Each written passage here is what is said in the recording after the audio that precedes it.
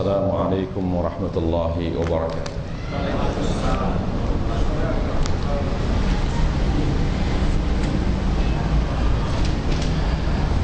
Alhamdulillahi rabbil alamin.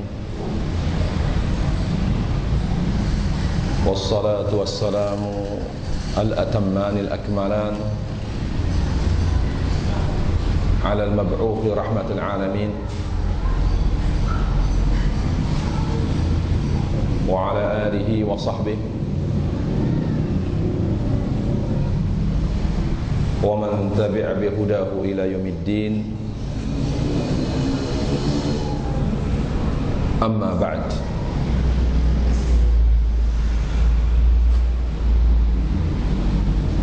Para jemaah sekalian, saudaraku seiman yang dimuliakan Allah Subhanahu wa taala,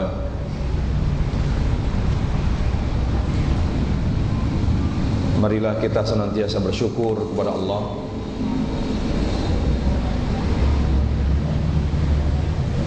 bersyukur atas setiap nikmat yang telah Allah karuniakan kepada kita,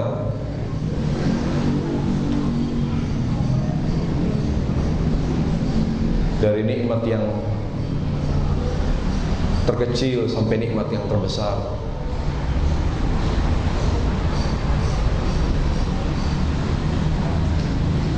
Sebab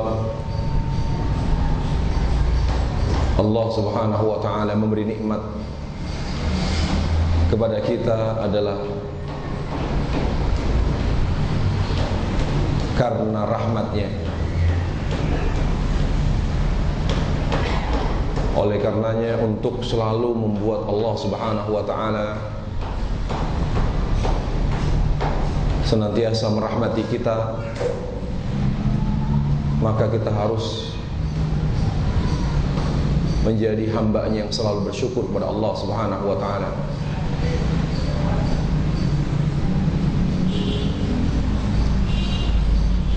Bersyukur kepada Allah Azza wa Jalla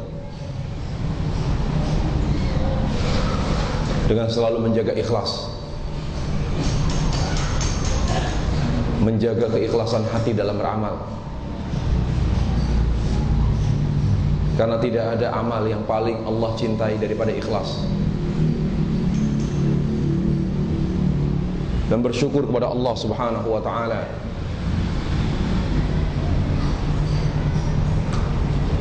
dengan selalu mengikuti tuntunan Nabi sallallahu alaihi wasallam. Dengan dua cara itulah kita bersyukur kepada Allah. Bukan dengan cara sujud syukur, itu bagian kecil dari syukur. Bukan dengan cara menyebut-nyebut Allah, memuji-muji Allah. Memuji Allah bagian kecil dari syukur. Sedangkan hal terpenting dari syukur kita kepada Allah adalah ikhlas dan mengikuti sunnah Rasulullah sallallahu alaihi wasallam. Saudaraku seiman yang dimuliakan Allah Subhanahu wa ta'ala,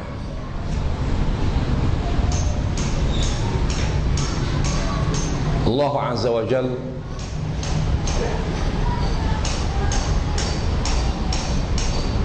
yang menciptakan kita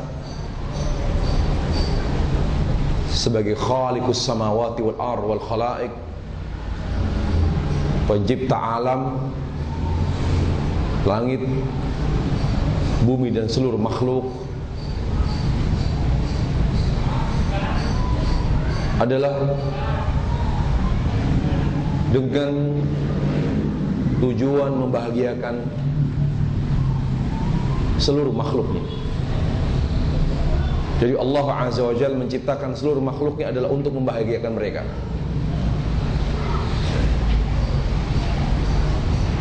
Makanya para Allah Subhanahu wa ta'ala, tidaklah kita kehilangan kebahagiaan melainkan karena kemaksiatan kita dan kedurhakaan kita kepada Allah Azza wa Jalla.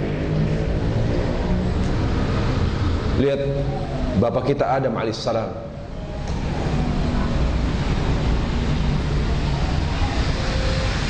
Kurang apa?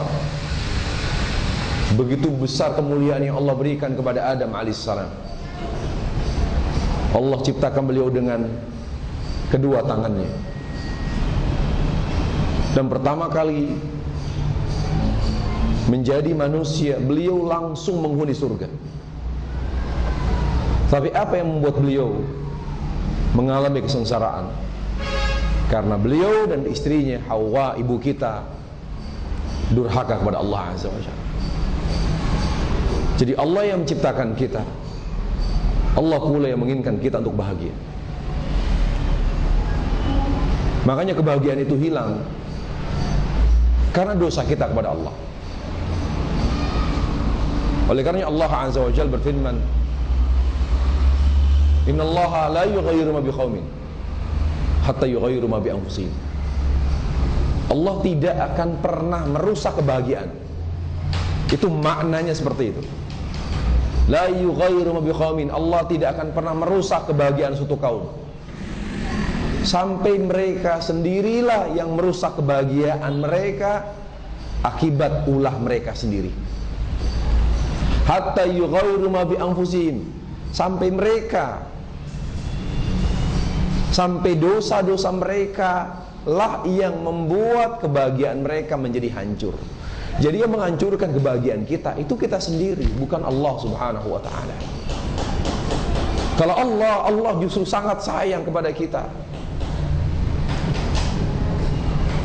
Allah sangat lembut kepada kita.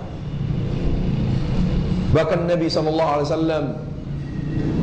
dengan tegas mengatakan, Allahu arham bi ibadihi min hadhihi bi waladiha.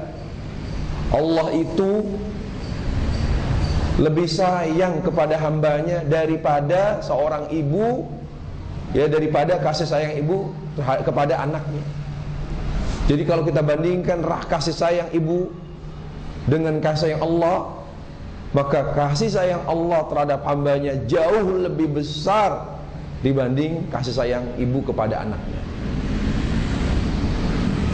Nah, ini menunjukkan bahwa tidak mungkin ada kesengsaraan yang Allah timpakan kepada hambanya, sekecil apapun. Jadi yang membuat kita sengsara adalah karena dosa kita sendiri. Para Allah Subhanahu wa ta'ala, Allah Azza wa Jalla pasti membahagiakan seluruh hambanya.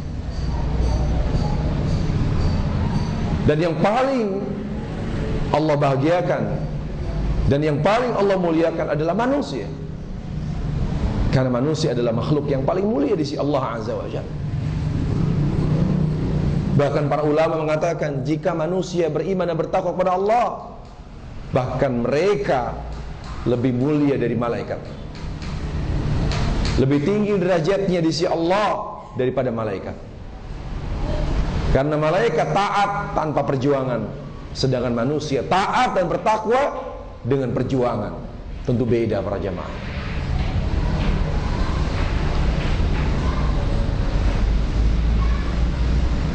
Artinya kita sebagai makhluk Allah Subhanahu wa ta'ala yang berjenis manusia, sampai kiamat tetap menjadi makhluk yang paling mulia di sisi Allah. Makanya ayyuhal ikhwatul kiram, Islam itu fitrah.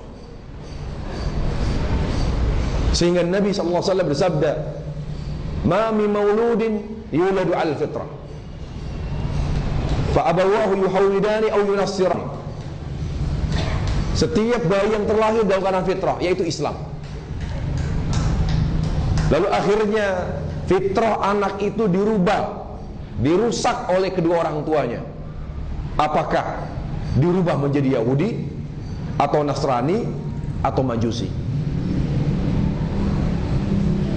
Jadi kalau kita masih berada di atas Islam, berarti di atas fitrah. Nah, makanya Allah Subhanahu wa ta'ala, ketika kita sudah punya fitrah, setiap dari kita yang terlahir ke dunia punya fitrah, kecenderungan kepada tauhid, ya, kecenderungan kepada kebaikan. Maka apa? Maka Allah Subhanahu wa taala menginginkan kebahagiaan kita semakin sempurna. Makanya kita, ya, disediakan oleh Allah Azza wa Jalla agama yang sesuai dengan fitrah, yang dapat mengantarkan kita kepada kebahagiaan yang sempurna. Kalau cuma mengantarkan fitrah saja tidak cukup. Tidak cukup. Makanya setelah kita lahir, fitrah kita masih terjaga. Sampai sebelum balik, fitrah masih terjaga. Makanya orang-orang, anak-anak orang musyrik, anak-anak orang kafir yang meninggal sebelum mereka balik, mereka akan masuk surga. Kalaupun ada pendapat yang mengatakan mereka tidak langsung masuk surga, tapi mereka diuji terlebih dahulu oleh Allah, apakah mereka akan taat atau durhaka atau membangkang. Kalau yang taat maka Allah masukkan ke surga. Tapi intinya, meskipun mereka anak-anak musyrik, anak-anak orang kafir, kalau mereka meninggal sebelum balik, lihat fitrah. Fitrah ini, fitrah Allah, kecenderungan kepada tauhid. Allati fataran nasa 'alaiha. Jadi setiap manusia yang terlahir cenderung kepada tauhid. Nah, orang yang bertauhid berhak mendapatkan rahmat Allah.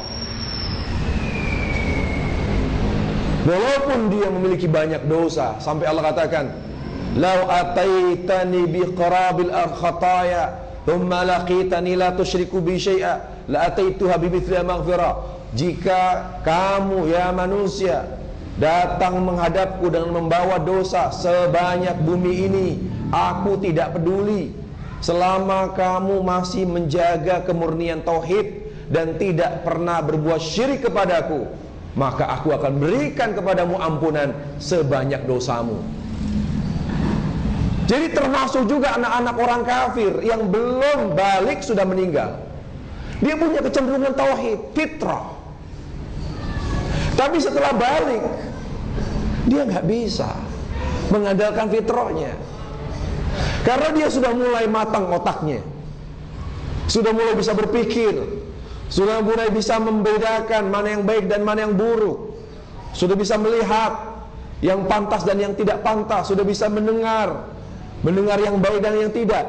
Telinga, mata dan hati, itulah penentu fitrah, baik dan rusaknya, bersih dan kotornya.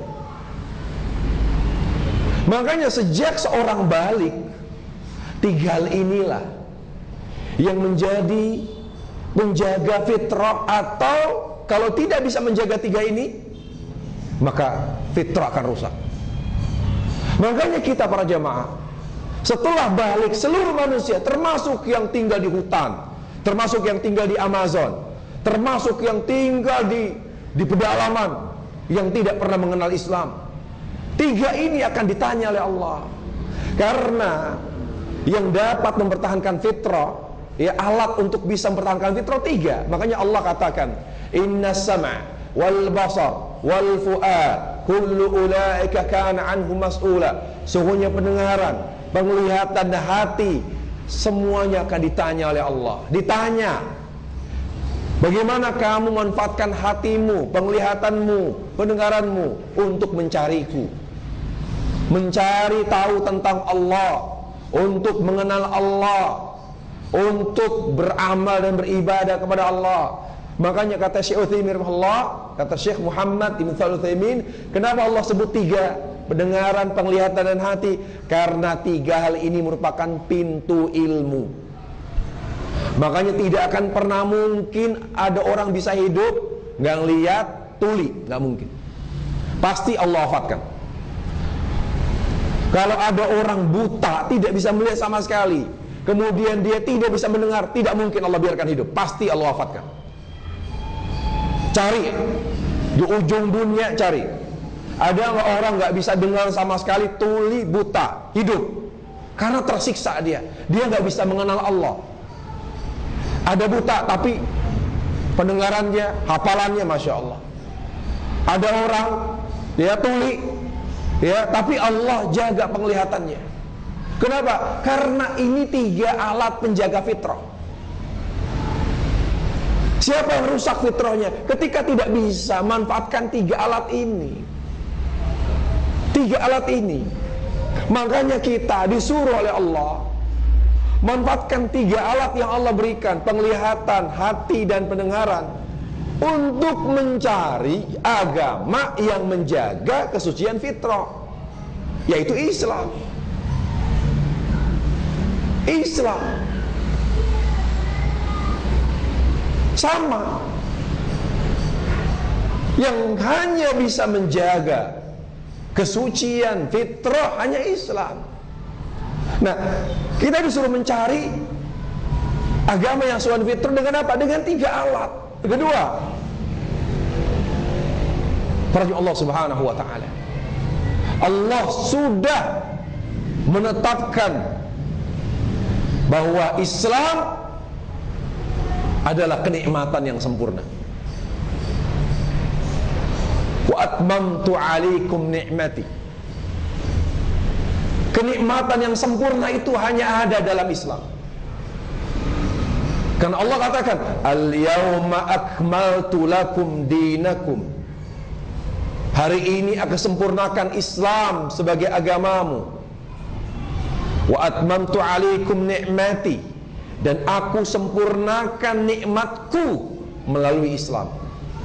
Wa raditu lakumul Islam madina, dan aku ridha Islam sebagai agama kalian. Fitrah ini apa sih? Fitrah ini kekuatan ya, yang ada Allah takkan di hati untuk mencari keridhaan Allah. Makanya Allah taruh fitrah. Istilahnya ada alat pendeteksi gitu. Jadi dia bisa tahu, dia bisa baca. Makanya supaya alat deteksi kita kuat, kita disuruh apa? Mempelajari Islam. Peka kita mana yang dicintai Allah, mana yang dibenci Allah. Jadi intinya fitrah ini membuat kita bisa berinteraksi dengan sifat Allah.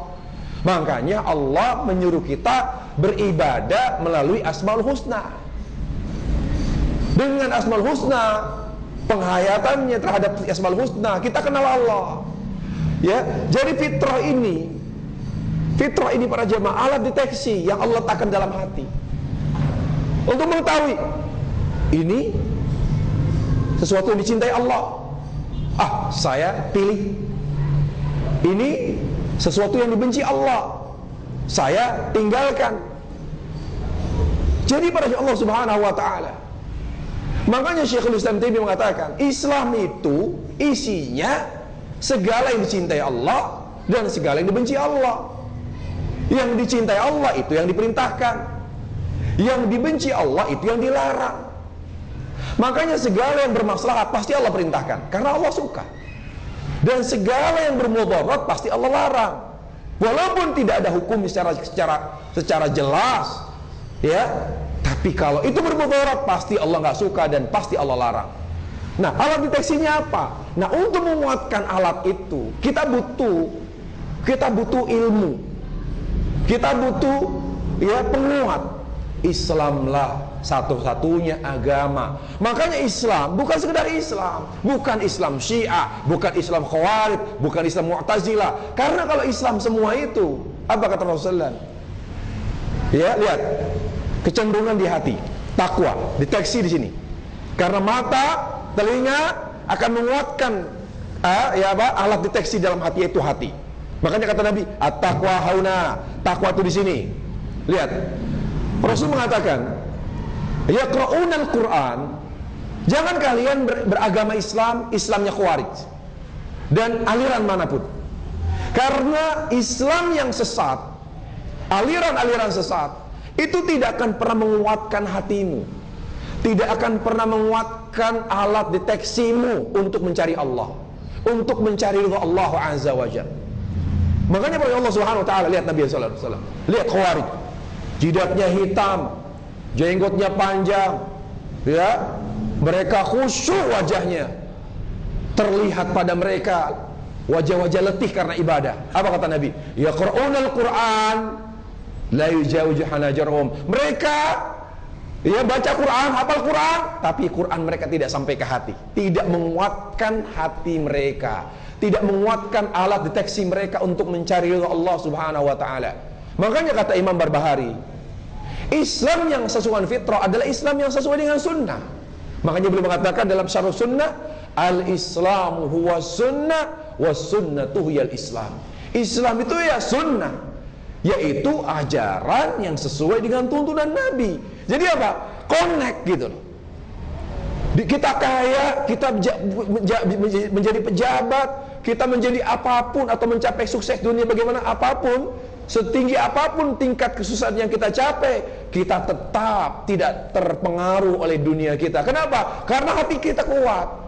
Yang kita cari dari kekayaan kita, dari kesuksesan dunia kita adalah ridha Allah Subhanahu wa taala. Lihat sahabat.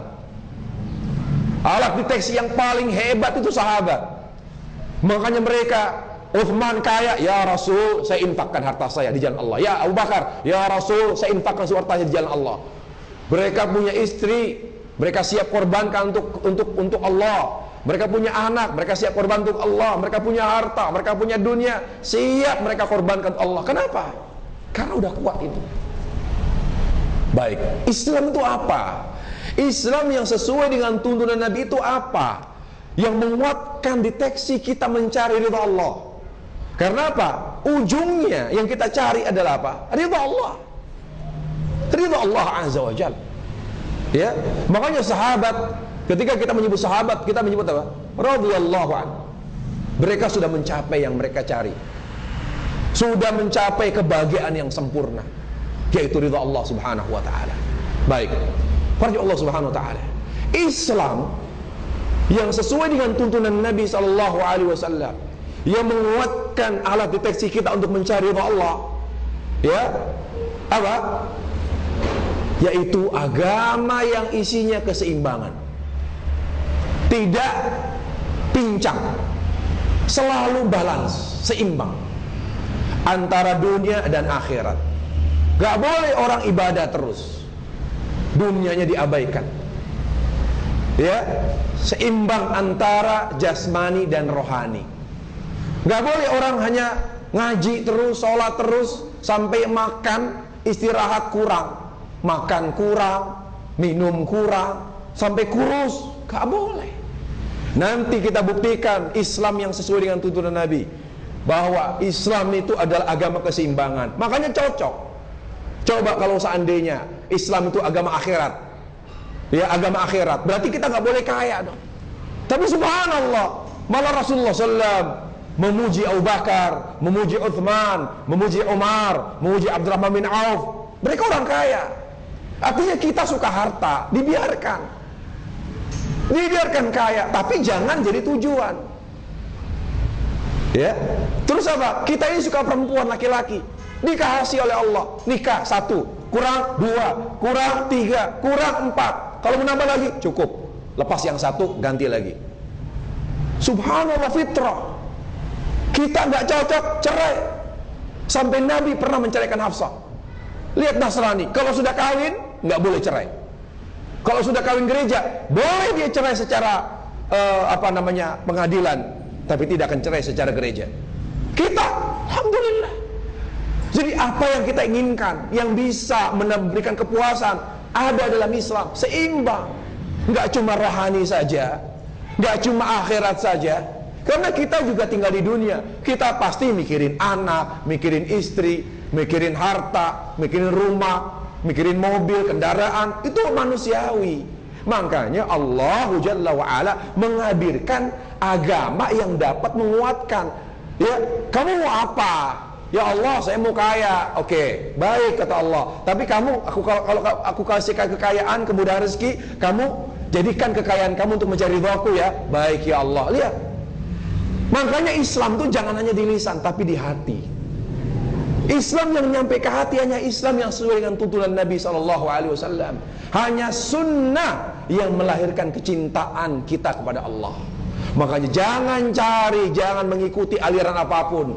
Ikutilah Islam yang sesuai dengan tuntunan. Kenapa? Karena Islam yang sesuai dengan tuntunan Nabi alaihissalam dapat menumbuhkan kekuatan cinta dalam hati kita.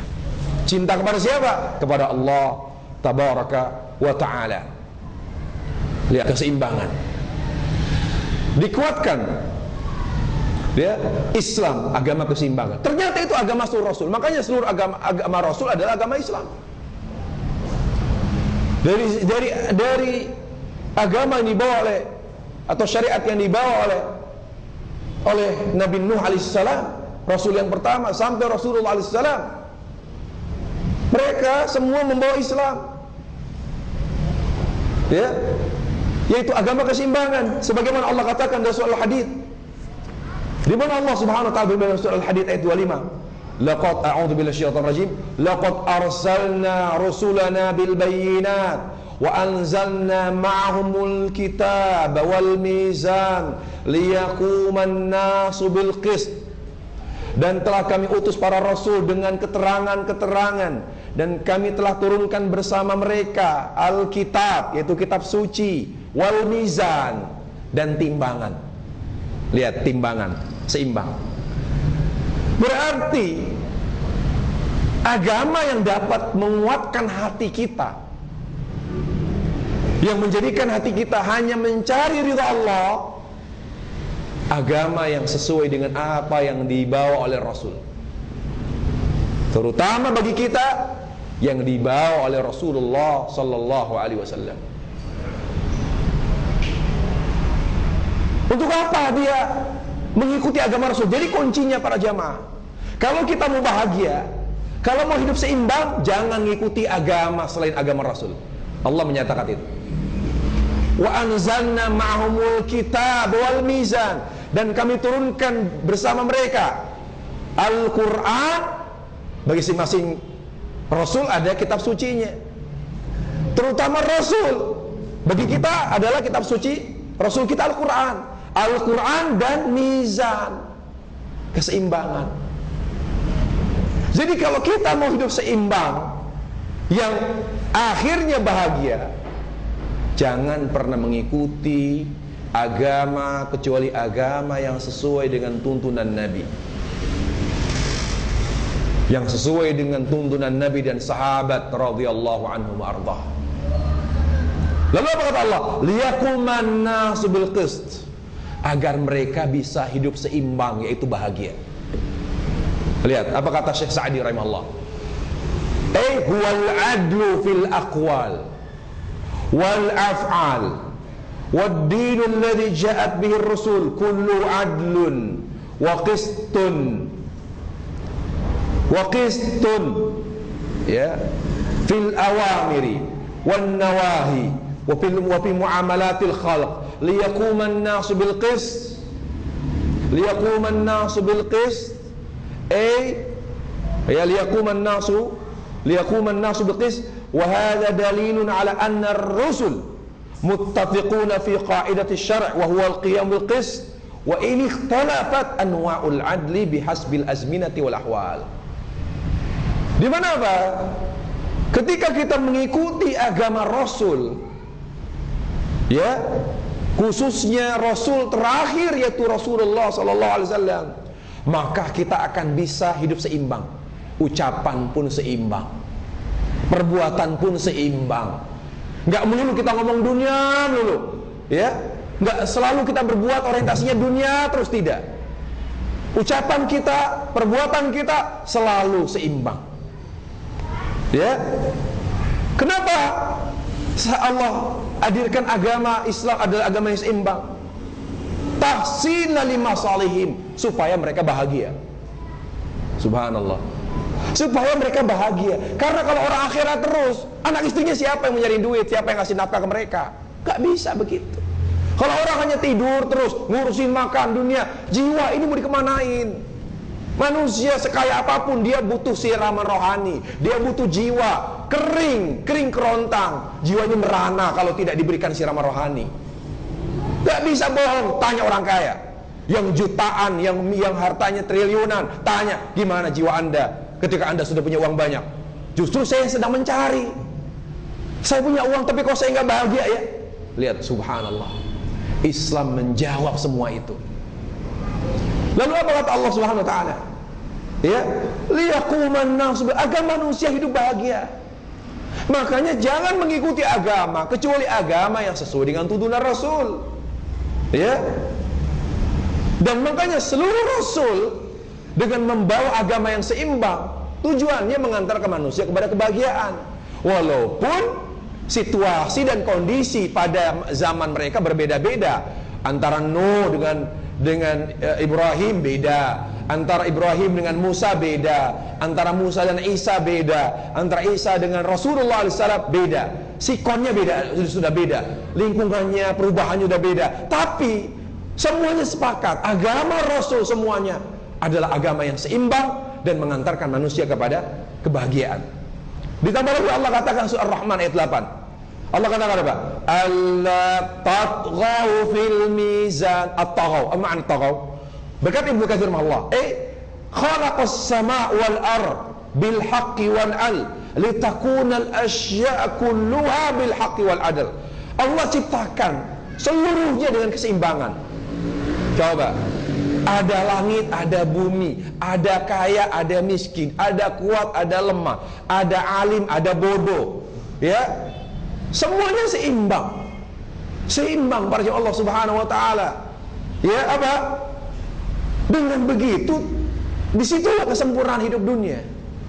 Karakteristiknya tentu beda dengan akhirat, tapi disitulah kesempurnaan, kesemua hidup manusia. Disitulah ketika tidak semua orang sama. Ada pasangan, semuanya berpasang-pasangan untuk saling mengisi. Disitulah kenikmatan hidup di dunia para jemaah. Ya, makanya semuanya sampai alam ini pun seimbang. Selalu Allah Subhanahu wa taala menyebut, kalau siap menyebut langit pasti menyebut bumi. Padahal perbandingan bumi dengan langit tidak ada apa-apanya. Kenapa Allah selalu mengatakan langit bumi, dunia akhirat? Supaya kita seimbang. Yang menguatkan semua itu, dengarkan hadis Rasulullah. Hadis Rasulullah SAW dalam hadis yang sahih, di mana Rasulullah SAW pernah didatangi oleh istri Abdullah bin Amr bin As. Istri Abdullah bin Amr bin As, di mana dia mengeluhkan suaminya yang selalu ibadah sampai kurang memberi perhatian kepada keluarganya. Lihat, dia kurang perhatian bukan karena kerja, tapi ibadah loh. Apakah Nabi alaihissalam mendukung suaminya tersebut yang rajin ibadah, lalu menyalahkan istrinya yang mengeluh dengan mengatakan, kenapa kamu mengeluh? Justru suami itu bagus karena dia ahli ibadah. Apakah begitu Rasulullah SAW? Tidak. Agama Nabi, agama yang seimbang. Kalau dia tidak seimbang, maka dia tidak. Makanya kalau ada ajaran, misalnya keluar, ninggalin anak istri, pekerjaan ditinggal, dia bukan agama Nabi. Atau hanya zikir, ibadah terus, sampai dunia kurang diperhatikan, dia bukan agama Nabi. Apapun yang terlihat tidak seimbang, dia bukan agama yang sesuai dengan tuntunan Nabi alaihissalam.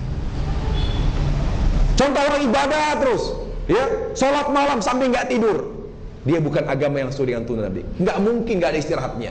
Kalau dia agama yang sesuai dengan tuntunan Nabi, pasti ada istirahatnya. Misalnya ada orang, benarkah sholat tahajud semalaman suntuk? Benar? Tidak. Karena agama Nabi agama yang seimbang. Ada ibadah, ada istirahat. Lihat,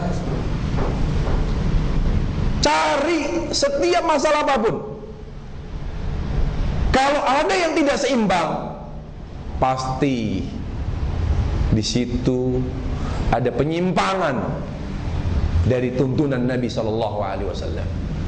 Saya sama orang tua, misalnya seorang wanita bilang, kalau saya sudah menikah, kenapa surga saya di suami? Kenapa orang tahu? Apakah dengan surganya suami lalu tidak bisa berbakti sama orang tua? Bisa. Tapi perhatianmu, rasa hormatmu harus lebih besar kepada suami. Itu saja. Tapi tetap, walaupun sudah berumah tangga, tetap dia bersilaturahim dengan orang tuanya. Ada keseimbangan, cari semua masalah. Kalau ada tuntunannya pasti seimbang. Dia boleh nggak Ustaz? Boleh nggak saya ke pasar, ke mall? Silahkan. Sunnah tidak melarang kita ke mall kok. Tapi saya sudah jenggotan, berarti saya nggak boleh. Boleh taklim aja, masjid aja. Siapa yang bilang? Siapa yang bilang orang berjenggot itu nggak boleh ke mall? Siapa yang bilang orang bercadar tidak boleh ke mall? Boleh. Karena itu seimbang. Hanya perhatikan, jangan melakukan maksiat di sana, jangan melalaikan kewajiban. Kalau waktu sholat. Subhanallah, seimbang. Boleh nggak Ustaz? Kalau saya misalnya tidak harus pakai baju ibadah, pakai kaos, silakan. Apa harus pakai jubah ke mall? Seimbang. Ada pakaian untuk ibadah, ada pakaian untuk tamasya. Seimbang para Allah Subhanahu wa taala. Ini contoh. Ya, lihat. Apa kata Nabi alaihissalam? Mana suamimu? Tolong sampaikan, suruh dia menghadap saya. Dipanggillah suaminya, Abdullah bin Amr bin As. Datang dia dengan percaya diri dan yakin dia tidak akan pernah ditegur, dia tidak akan pernah disalahkan Rasul karena dia ibadah. Dia tahajud, banyak puasa, banyak tahajud, banyak melakukan ibadah-ibadah sunnah. Apa iya Rasul menyalahkan saya?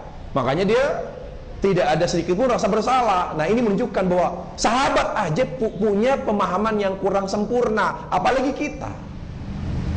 Kalau sahabat yang hidup di zaman Nabi, mereka adalah mahasiswa yang lulus dari Universitas Rasulullah SAW, masih punya pemahaman-pemahaman yang tidak sempurna, apalagi kita. Makanya jangan belagu, jangan sombong.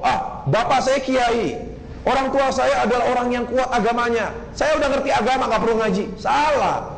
Lihat sahabat hidup di zaman Nabi alaihissalam masih punya pemahaman yang keliru. Dia hanya ibadah sampai keluarganya kurang diperhatikan. Jadi kita ini harusnya lebih semangat, lebih perhatian terhadap agama supaya pemahaman agama kita terjaga dengan baik. Lalu singkat cerita di mana Abdullah datang ke Rasulullah SAW. Dia berkata ke Rasul, "Ya Rasulullah, labbaik ya Rasulullah. Saya menyambut panggilanmu ya Rasulullah. Labbaik wa sa'dik. Saya siap mendengarkan perintahmu ya Rasulullah." Lalu kata Rasulullah, "Istrimu datang kepadaku mengeluhkan tentang dirimu. Kira-kira apa kesalahanmu?" Dia bingung, kesalahannya apa? Dia tidak pernah mukul istrinya. Dia nafkah tetap dikasih, hanya kurang waktu buat keluarga, kurang waktunya. Lihat, nafkah tetap jalan. Sahabat tidak mungkin tidak beri nafkah, tidak mungkin. Mungkin agak pelit ada. Di sahabat ada orang pelit. Abu Sufyan pelit. Sampai istrinya bertanya, "Ya Rasulullah, suami saya pelit." Kata Rasulullah, sampai keluar fatwa Rasul, "Ambil dompetnya, ya, lalu kamu ambil duit yang sesuai dengan kebutuhanmu dan anakmu. Selebihnya balikin. Jangan semuanya diambil." Begitu. Jadi ada di antara sahabat yang pelit, tapi manusiawi. Menunjukkan bahwa sahabat manusia, bukan malaikat. Lalu apa? Dia mengatakan, "Kesalahan saya apa? Kalau sampai suami saya, istri saya kok mengeluhkan dan mengadu ke engkau? Ya Rasulullah, saya malah bingung. Nafkah tetap saya kasih. Dan saya selama ini memang saya banyak beribadah kepada Allah, karena saya merasa saya kurang bersyukur kalau saya tidak beribadah kepada Allah." Apa kata Nabi alaihissalam? "Ya Abdullah," tegas sekali Rasul mengatakan, kalau Islam itu agama cuma ibadah saja, akhirat saja, harusnya Rasul tidak boleh menyalahkan beliau. Tapi Allah sudah mengatakan apa? "Laqad arsalna rasulana bil bayyinat wa anzalna ma'humul kitab wal mizan." Dan kami telah utus seluruh Rasul dengan keterangan-keterangan yang jelas, dan kami turunkan bersama mereka kitab suci dan keseimbangan. Jadi agama Rasul identik dengan keseimbangan. Karena agama Rasul mengantarkan manusia kepada kebahagiaan. Makanya apa kata Rasul? "Ya Abdullah." Ya. Dan ini disebutkan, dibawakan oleh Ibnu Katsir dalam tafsirnya. ketika menafsirkan ayat surat ketika menafsirkan surat Al-Qasas ayat 77. Bisa dilihat surat Al-Qasas ayat 77. Di situ Imam Ibnu Katsir menyebutkan hadis ini.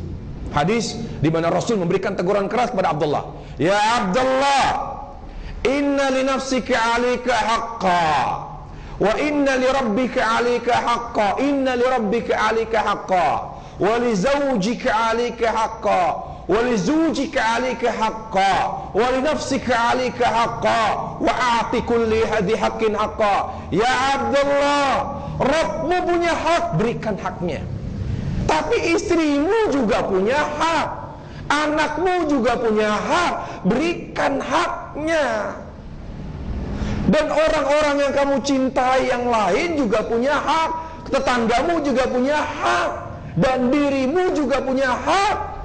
Ingat Abdullah, saya perintahkan kamu, berikan setiap yang berhak haknya.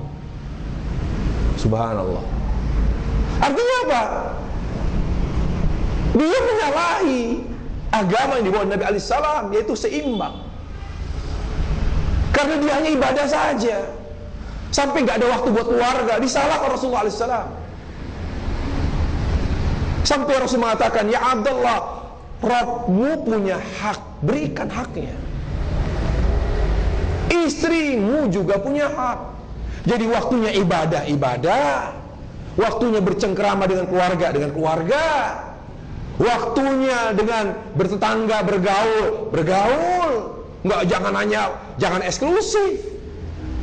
Manusia muslim itu harus bergaul, bersosial. Bagaimana kita bisa menyampaikan dakwah sunnah kalau kita tidak bergaul? Kita harus bersosial dengan akhlak kita. Dan ingat ya Abdullah, dirimu juga punya hak, berikan haknya. Kalau kamu lelah, istirahat. Makan yang enak, yang halal. Silahkan minum yang enak, yang halal.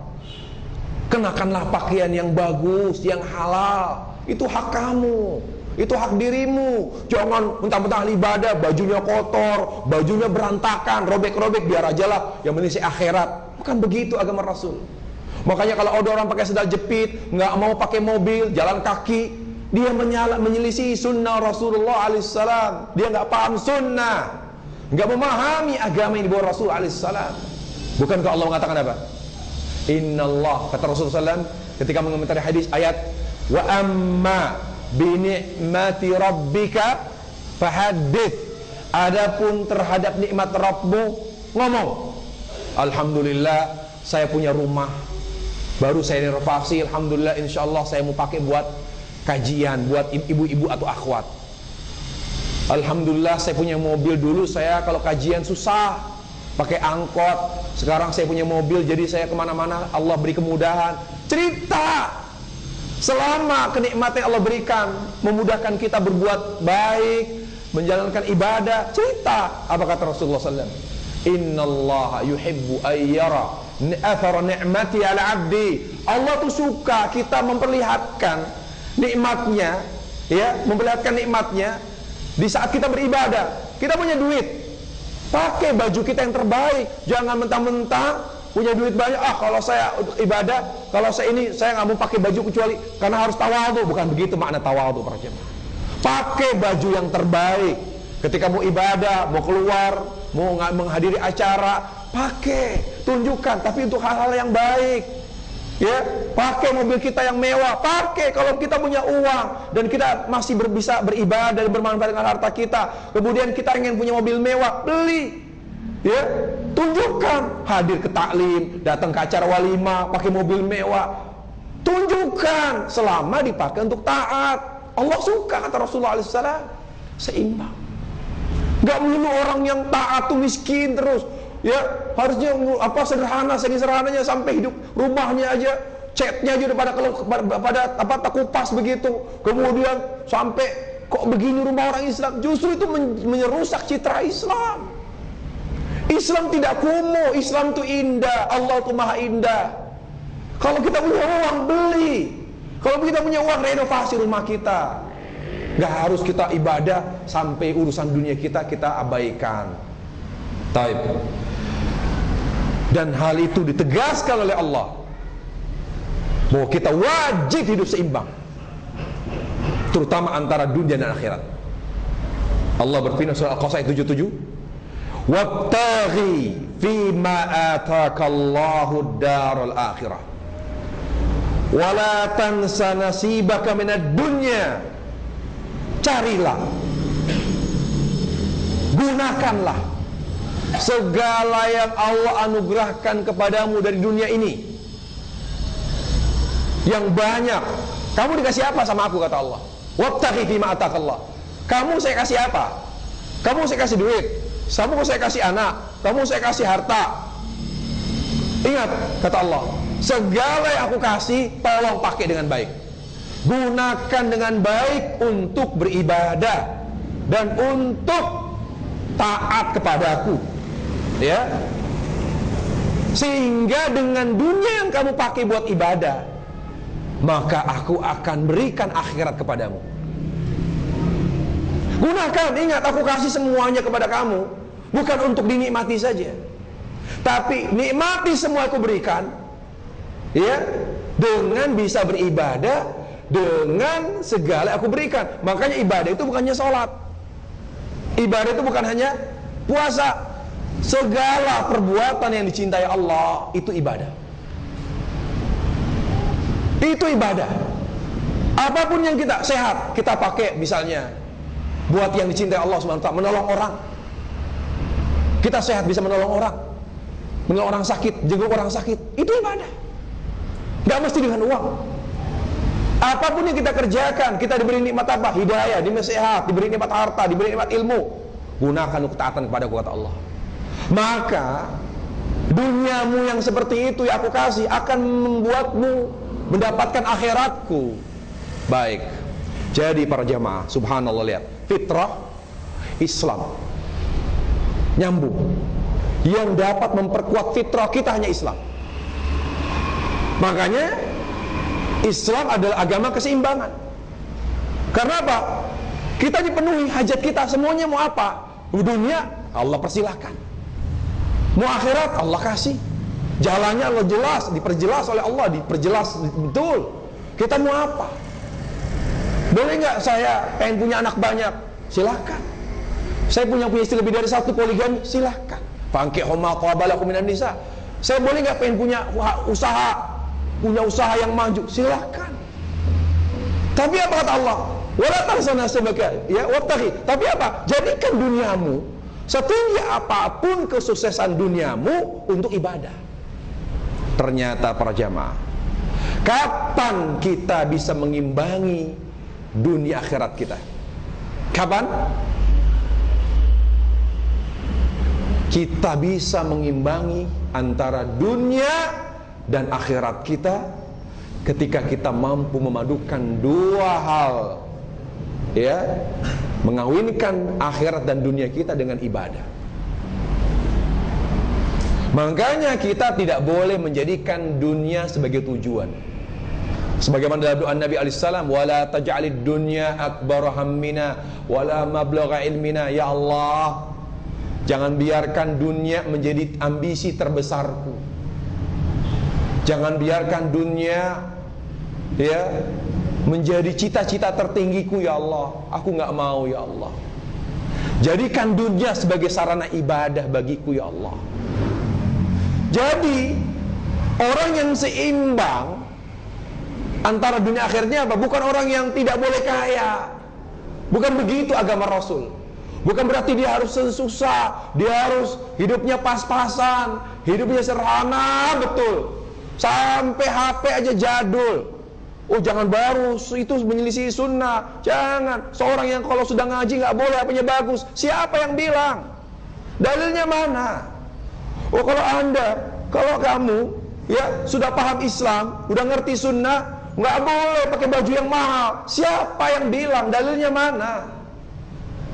Allah subhanahu wa ta'ala bahkan suka kita punya uang, kita beli, asal jangan sampai baju mahal tapi nggak bersedekah, pelit, nggak begitu. Ya, kita tetap bermanfaat dengan harta kita, bersedekah iya, zakat iya, dan kemudian apa? Baju kita pengen beli baju mahal, Dan kita gunakan untuk ibadah, untuk menghadiri acara-acara yang penting, yang mubah, yang baik. Kenapa bu? Kenapa tidak boleh? Boleh. Ya, supaya apa? Supaya terpenuhi kepuasan kita. Karena orang itu hobinya beda-beda. Beda-beda. Kecenderungan orang beda-beda. Kalau Islam itu tidak bisa mengakomodasi kebutuhan kita, kecenderungan kita, hobi kita, mungkin Islam tidak akan pernah membawa kepada kebahagiaan. Coba, kalau kita sudah kaya, boleh nggak kita main golf? Boleh. Mungkin orang puas dengan main golf, boleh, siapa yang melarang? Tapi katanya kalau udah ngaji nggak boleh golf, janjian waktu. Kalau Anda bisa menjaga sholat di saat golf, silahkan. Boleh nggak Ustaz, kalau saya udah ngaji sunnah, saya main shotgun? Boleh. Tapi itu kan cara olahraganya orang-orang kufar. Yang bilang siapa? Semua kenikmatan dunia, orang Islam yang paling berhak menikmatinya, bukan orang kafir. Selama tidak mengandung unsur haram, tidak mengandung unsur maksiat, seluruh kenikmatan dunia, orang Islam yang berhak pertama kali menikmatinya, bukan orang kafir. Karena Allah menciptakan dunia untuk hambanya yang beriman. Innal arda yarithu ibadiyas salihun. Aku wariskan bumi ini untuk hambaku yang soleh, kata Allah. Orang kafir itu bilang kontrak, kita yang punya. Cuma kita nggak punya sertifikat memang. Sebetulnya semua mereka ini nggak boleh bermilik apapun. Yang berhak memiliki dan menikmati dunia itu kita. Karena Allah menciptakan bumi untuk kita. Tapi jangan jadikan dunia tujuan. Perbanyak duniamu, tapi semakin meningkat ibadahmu. Baik. Kalau sudah seimbang, lihat seimbang, maka apa? Ketika kita mau mengawinkan dan memadukan antara akhirat dan dunia kita dengan apa? Dengan ibadah. Dengan ibadah. Nah, ibadah itu taat.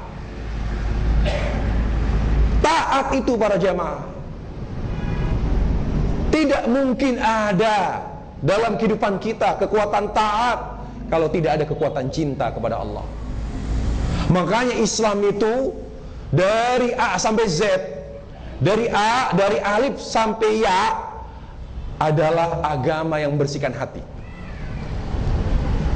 Makanya kata Syekh Salim Al-Hilali rahimahullah, hafizahullah, dalam kitab Metode Para Nabi dalam Membersihkan Jiwa, ternyata dalam Islam tidak ada cara-cara tertentu membersihkan jiwa. Seluruh ajaran Islam yang sesuai dengan tuntunan Nabi itu membersihkan jiwa. Kenapa membersihkan jiwa? Kenapa Islam yang sesuai dengan tuntunan Nabi membersihkan jiwa? Kenapa? Supaya di jiwa kita, supaya di hati kita tumbuh kekuatan cinta kepada Allah. Makanya jangan ngaji, jangan beramal, jangan berilmu, jangan melakukan apapun kecuali yang sesuai dengan tuntunan Nabi, karena itu membersihkan hati. Coba merasakan orientasi kita setelah kita mengenal sunnah ke dunia ke akhirat. Setelah kita mengenal tuntunan Nabi alaihissalam, hati kita kemana? Ke akhirat. Udah lagi ke dunia. Dulu mau Masya Allah.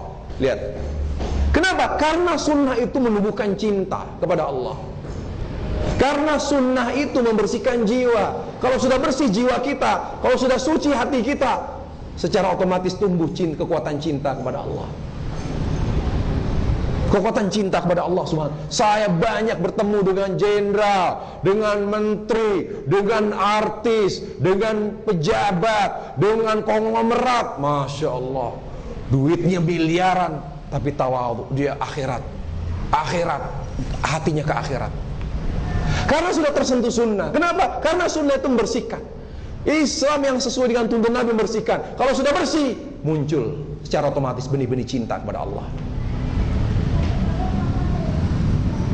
Nah, ketika kita sudah cinta kepada Allah, maka akan muncul taat. Taat itu adalah kekuatan yang lahir dari kekuatan cinta. Taat dalam hal apa? Taat untuk selalu bersyukur, untuk selalu bersabar, dan untuk selalu bertobat kepada Allah. Jadi orang yang taat itu adalah orang yang selalu berjalan di atas jalan Allah, kurang lebih secara umum. yaitu dia selalu bersyukur ketika mendapatkan nikmat, selalu bersabar ketika diuji oleh Allah, dan selalu bertobat segera kembali kepada Allah ketika dia berbuat maksiat. Inilah orang yang taat. Orang yang taat bukan berarti orang yang bersih dari dosa, bukan. Tapi dia taat secara umum. Setiap dia berbuat salah, taubat. Kalau dia mendapatkan nikmat, dia tidak lupa, dia bersyukur. Kalau dia diuji oleh Allah, dia sabar, dia selalu berbaik sangka kepada Allah. 3 kekuatan taat ini itu tidak mungkin ada tanpa kekuatan cinta. Makanya para jamaah, Islam itu seimbang. Nikmat kita boleh, Anda punya perusahaan, omsetnya triliunan, tapi apa? Tapi subhanallah, ketika kita mengenal sunnah, hati bersih, sehingga kita tidak begitu ambisi, nggak kok mikirin karyawan, nggak terlalu mikirin dunia, nggak mikirin omset lagi. Yang ada kita jalankan usaha secara profesional, tapi tetap hati kita akhirat. Kenapa? Sudah ada tumbuh kekuatan cinta kepada Allah. Tahukah Anda para jemaah, cinta kepada Allah adalah surga dunia. Makanya Ibnu Qayyim rahimahullah ta'ala mengatakan ketika mengomentari perkataan gurunya, inna fid dunya jannah ma lam yadkhulha lam yatul jannata akhirah. Di dunia ada surga, barang siapa yang belum pernah menikmati surga dunia, dia tidak akan pernah menikmati surga akhirat. Apa kata Ibnu Qayyim? Wallahi sami'tu syekhana yaqul inna fid dunya jannah ma lam yadkhulha lam yatul jannata akhirah. Di dunia ada surga, barang siapa yang belum pernah menikmati surga dunia, dia tidak akan pernah menikmati surga akhirat. Apa surga dunia? Ditanya, apa itu surga dunia? Berkata ulama salaf, atyabu ma fiha huwa ma'rifatullah wa mahabbatuh wa iradatuh wal unsu bih wasyauqu ilaih. Surga dunia itu adalah mengenal Allah, mencintainya, ikhlas kepadanya, nyaman ketika berada di sisinya, dan rindu kepadanya. Itu surga dunia. Dan surga akhirat itu kelanjutan dari surga dunia. Kenikmatan terbesar akhirat itu melihat wajah Allah, tabi'atul li ni'matid dunya. Kelezatan terbesar akhirat yaitu melihat wajah Allah, itu mengikuti kelezatan terbesar dunia, yaitu cinta kepada Allah. Makanya coba orang-orang yang di surga Firdaus ya Pak, Nabi, Siddiqin, para syuhada dan soleh. Siapa mereka? Orang-orang yang cinta Allah. Jadi kalau kita di sini sudah berada di surganya Allah, yaitu cinta kepada Allah, kematian itu cuma peralihan dari surga dunia ke akhirat. Itu para jamaah. Kapan? Ketika kita hanya mengikuti agama Nabi Sallallahu Alaihi Wasallam, agama yang seimbang, agama yang membersihkan jiwa, yang mensucikan hati, yang mengantarkan kita kepada kecintaan kepada Allah, yang membuat kita tidak akan pernah menjadikan. Makanya kalau ada orang, ya, makanya coba berjemaah, banyak kiai-kiai, banyak tokoh agama, wah ambisi dunia kuat. Kita telusuri, oh belum kenal sunnah, ya kan? Sampai ada apa? Pimpinan pondok pesantren melecehkan santriwatinya. Saya pernah waktu haji sama anggota DPR, ya, saya pernah Haji Abidin, biaya dinas. Ya, wow, itu fasilitas VIP. Saya sama dengan anggota DPR saya. Wah, kiai punya pesantren, santrinya banyak, istrinya auratnya terbuka, adalah artis dangdut. Kok bisa kiai kok nikah sama artis yang telanjang? Kiai, di mana hatinya, di mana seleranya kok wanita telanjang mau dinikahin? Karena belum tersentuh sunnah. Hatinya belum tersentuh oleh sunnah yang membersihkan hati. Kok ada kiai namanya Islami korupsi? Karena hatinya belum tersentuh sunnah. Selama hati belum bersih, belum muncul kekuatan cinta, selama itu penyimpangan akan selalu terjadi. Para jamaah, semua penyimpangan sebabnya kata Ibnu Qayyim adalah karena cinta dunia. Hubbud dunya ra'si kulli khati'ah. Seluruh penyimpangan yang dilakukan oleh manusia sebabnya adalah cinta kepada dunia secara berlebihan. Semua kebaikan, kebahagiaan terletak pada cinta kepada Allah Subhanahu wa ta'ala. Ikhwatal iman, azani Allah wa iyyakum. Kita sudah menangkap pesan bahwa kebahagiaan sama dengan keseimbangan, yaitu di mana kita harus selalu kalau ingin seimbang, kalau ingin hati kita dibersihkan Allah, jangan bergeser sedikit pun dari ajaran yang sesuai dengan petunjuk Nabi SAW.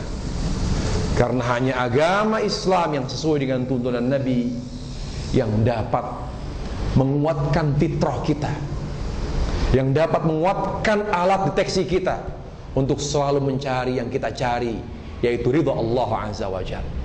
Kita tidak akan pernah difitnah, dipengaruhi oleh fitnah wanita, fitnah anak, fitnah jabatan, tidak. Tetap ke Allah. Siapa yang menguatkan?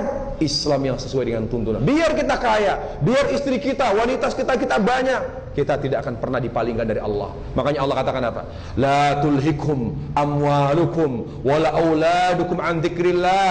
Wahai orang-orang yang beriman, jangan biarkan anakmu, hartamu memalingkanmu dan menjauhkanmu dari Allah. Dengan apa? Dengan berpegang teguh dengan Islam yang sesuai dengan tuntunan Nabi SAW. InsyaAllah semakin kita dekat kepada sunnah, kepada tuntunan Nabi SAW, terasa dunia itu luas sekali para jemaah. Ya, tidak sempit. Terasa dunia dan akhirat kita dekat. Nggak hanya dunia terus, nggak cuma akhirat, tapi seimbang antara dunia dan akhirat. Semoga Allah Subhanahu wa ta'ala menjadikan kita sebagai orang-orang yang semakin bertambah umur kita, semakin baik ketakwaan dan amal soleh kita. Dan semoga Allah mengampuni dosa-dosa kita semua. Dan semoga Allah Subhanahu wa ta'ala memberikan kita ilmu yang bermanfaat dan menghilangkan dari hati kita kotoran-kotoran kebodohan, kotoran-kotoran dunia yang membuat kita semakin jauh dari Allah Subhanahu wa ta'ala. Dan kita mohon kepada Allah Azza wa Jalla agar Allah menghapus seluruh dosa-dosa kita, dari yang kecil sampai yang paling besar, dari yang terlihat dan maupun yang tidak terlihat. Dan kita mohon kepada Allah Subhanahu wa ta'ala agar Allah senantiasa memberikan taufik kepada kita semua, sehingga kita bisa selalu mengisi dan menghabiskan umur kita untuk melakukan segala hal yang diridhai dan dicintai Allah Subhanahu wa ta'ala, untuk meninggalkan segala yang dibenci dan tidak diridhai oleh Allah Subhanahu wa ta'ala. Dan kita juga mohon kepada Allah agar Allah memberkahi umur kita, harta kita, keluarga kita, dan seluruh dunia kita, sehingga kita mampu menambah amal, menambah kebaikan melalui dunia yang Allah berikan kepada kita. Sebagaimana kita mohon kepada Allah kebaikan di dunia, kebaikan di akhirat, dan kita mohon kepada Allah agar lindungi dari segala hal yang dapat membuat kita terjerumus ke dalam api neraka dan menjauhkan kita dari surganya Allah Subhanahu wa ta'ala. Wallahu ta'ala alam, wa sallallahu wa sallam wa barak ala nabiyyina Muhammad wa ala alihi wa sahbihi wa sallam, walhamdulillahi rabbil alamin.